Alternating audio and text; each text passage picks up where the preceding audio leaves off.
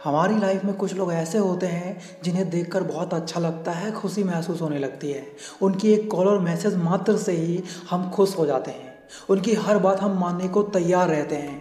तो वहीं कुछ लोग ऐसे होते हैं जिनके नाम से ही हमारा मूड ऑफ हो जाता है और हम टेंशन में आ जाते हैं। ऐसे लोग जब भी हमें कोई कॉल या मैसेज करते हैं तो हमें मजबूरी में उनके कॉल या मैसेज का जवाब देना पड़ता है।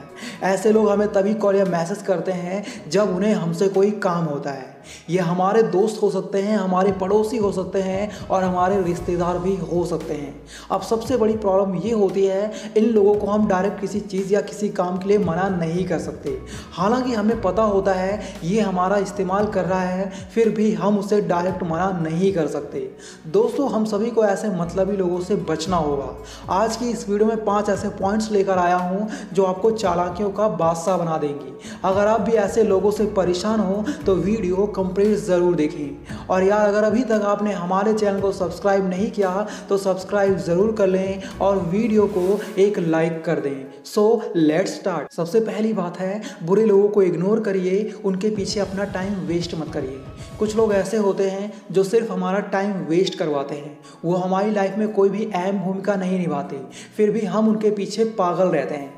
जब तक आप ऐसे लोगों को छोड़कर आगे नहीं बढ़ोगे तब तक आप किसी भी काम में सफलता हासिल नहीं कर सकते, क्योंकि ऐसे लोग भले ही हमारे साथ दिखाई देते हों पर पीठ पीछे यही लोग हमें नीचा गिराने के प्लान्स बनाते हैं। आपको ऐसे लोगों से बचना है, इनसे दूर रहना है।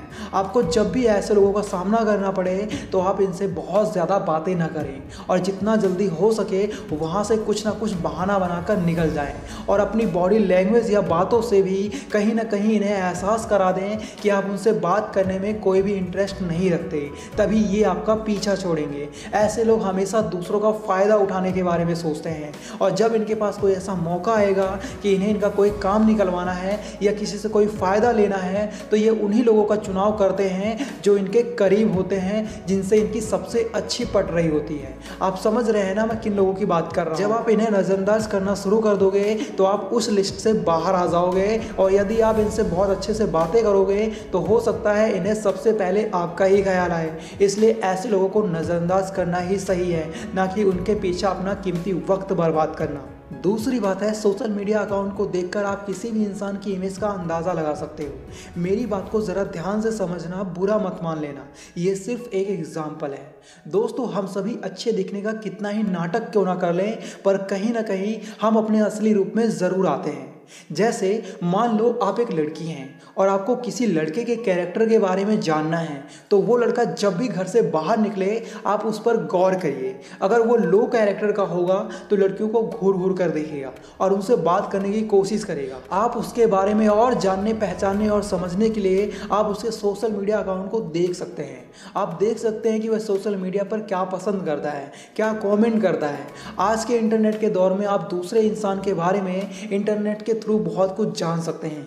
सोशल मीडिया की मदद से आप जिन्हें समझना चाहते हैं उन्हें समझना कुछ हद तक आसान हो जाता है, क्योंकि आज की डेट में हर कोई सोशल मीडिया पर अपना काफ़ी समय बिताता है, जिसकी वजह से किसी भी व्यक्ति के बारे में जानना काफ़ी आसान हो जाता है। इसलिए आपको अपने सभी दोस्तों के सोशल मीडिया अकाउंट्स पर नज़र ज़रूर रखनी चाहिए ताकि आप उनके बारे में ज़्यादा से ज़्यादा जान सको। तीसरी बात है, मन में सोचे गए कामों को गुप्त रखना चाहिए। अगर आपने कभी गौर किया होगा तो जो लोग देसी जड़ी बूटी से लोगों का इलाज करते हैं वो कभी भी लोगों को जड़ी बूटी का नाम नहीं बताते। अब आप कहेंगे वो ऐसा इसलिए करते हैं ताकि लोग उस जड़ी बूटी के बारे में ना जान सकें, नहीं तो उनकी कमाई बंद हो जाएगी। मैं आपको समझाना चाहूँगा, ज़्यादातर देसी इलाज करने वाले लोग पैसे के भूखे नहीं होते और वो जड़ी बूटी का नाम इसलिए नहीं बताते क्योंकि जिस तरह मंत्र तभी फायदा देते हैं जब वो गुप्त रूप से बोले जाएं, उसी तरह ये जड़ी बूटी भी होती हैं। चाणक्य नीति के अनुसार मन में सोचे गए कार्य के बारे में कभी भी किसी को जानकारी नहीं देनी चाहिए, इसका ढिंढोरा भी नहीं पीटना चाहिए। आचार्य चाणक्य के अनुसार जो ऐसा करता है उसे उस काम में सफलता कभी नहीं मिलती।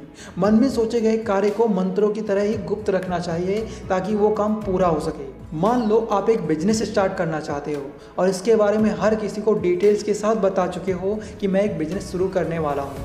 अब ऐसे में हो सकता है लोग आपसे कुछ पैसे उधार मांग लें, क्योंकि वो जानते हैं अगर आप एक अच्छा बिजनेस शुरू करने वाले हो तो आपके पास पैसा ज़रूर होगा। या फिर हो सकता है वो आपके प्लान्स को बर्बाद करने के बारे में सोचना शुरू कर दें। इसलिए आपको जो करना है चुपचाप कर डालिए, उसके बाद ही लोगों को बताइए। चौथी बात है, ध्यान से सुनने की आदत भी आपको चालाक लोगों में शामिल कर सकती है। आपने भी कभी ना कभी अपने दिमाग पर जोर देकर ये ज़रूर सोचा होगा, अरे यार उसने कहा क्या था, अगर मैंने उसकी बात ध्यान से सुन ली होती तो आज मुझे अपना सिर नहीं पीटना पड़ता। मान लो आप एक स्टूडेंट हो तो टीचर आपको डेली कुछ ना कुछ सिखाते हैं। अगर आप उनकी बातों को भी ध्यान से सुन लोगे तो एग्ज़ाम्स में आपके अच्छे नंबर आने पक्के हैं, क्योंकि सुनी हुई बातें हमें लंबे टाइम तक याद रहती हैं। सुनना हमेशा फ़ायदे का सौदा होता है, लेकिन हम दूसरों की सुनना नहीं चाहते, उसे सुनाना चाहते हैं। अगर आप दूसरों को समझना चाहते हैं तो पहले आपको दूसरों की बातों को ध्यान से सुनना होगा। आपने तो सुना ही होगा कि ज़्यादा बोलने से अच्छा ज़्यादा सुनना होता है। हमारी ऐसी आदत बन चुकी है कि हम दूसरों की बातों को सुनने और समझने से पहले ही जवाब देने को तैयार रहते हैं। भले ही हमारा जवाब उस सवाल से मैच ना करता हो, पर फिर भी लगातार बोले जाते हैं, क्योंकि हम दूसरों की सुनने के लिए नहीं बल्कि उन्हें जवाब देने के लिए खड़े होते हैं। और यही आदत दूसरों को समझने से हमें रोकती है। जब भी पॉसिबल हो पहले दूसरों को अपनी बात स्पष्ट रूप से रखने दें और फिर कुछ बोलें। आप दूसरों को नहीं बल्कि खुद को बदलने और बेहतर करने का प्रयास करें, इसमें फ़ायदा सिर्फ आपका ही होगा। और आखिरी बात है रिक्रिएशन, यानी ऐसी चीज़ें जो लोग रिलैक्स करने के लिए या फिर इंजॉयमेंट के लिए करते हैं। आसान भाषा में इसे हॉबी कहा जाता है। ये हॉबी वर्ड आपको वो इंसान बना सकता है जो आप बनना चाहते हो। बस शर्त इतनी सी है, आपकी हॉबीज़ किस टाइप की हैं ये उस पर डिपेंड करता है। जैसे मान लो आपकी हॉबी है ट्रैवलिंग, तो सिंपल सी बात है, इसमें सिर्फ खर्चा होगा, प्रॉफिट कुछ भी नहीं होगा। और अगर आपकी हॉबी है पढ़ना, तो इससे आपको काफ़ी फ़ायदे मिल सकते हैं। आपकी नॉलेज बढ़ेगी। अगर आपको किसी चीज़ के बारे में ज़्यादा पता होगा तो लोग आपसे उस चीज़ के बारे में जानना चाहेंगे, आपकी वैल्यू इंक्रीज़ होगी। आपकी हॉबीज़ ही बताती हैं आप किस टाइप के इंसान हो। इसलिए अपनी हॉबीज़ में ऐसी हॉबी शामिल करो जो आपकी पर्सनैलिटी डेवलपमेंट करने में हेल्प कर सके। जैसे पढ़ने की हॉबी रखो, किसी चीज़ के बारे में नए नए लोगों के थॉट्स जानने की कोशिश करें, ऐसी वीडियोस देखो जो आपको कुछ सिखा कर जाएं। फालतू की टाइम पास वीडियोस देखने से कोई फ़ायदा नहीं। आज ही अपने अंदर ऐसी हॉबीज़ डेवलप करिए जो आपको एक बेहतर इंसान बना सके, ना कि आपका टाइम और पैसा वेस्ट कराएं। दोस्तों, आप में से ज़्यादातर लोग जिम्मेदारियों से बंधे हुए होंगे। किसी को अपनी फैमिली की केयर करनी है, किसी को अपने सपनों के लिए मेहनत करनी है, तो किसी को अपने सपनों का महल बनाना है।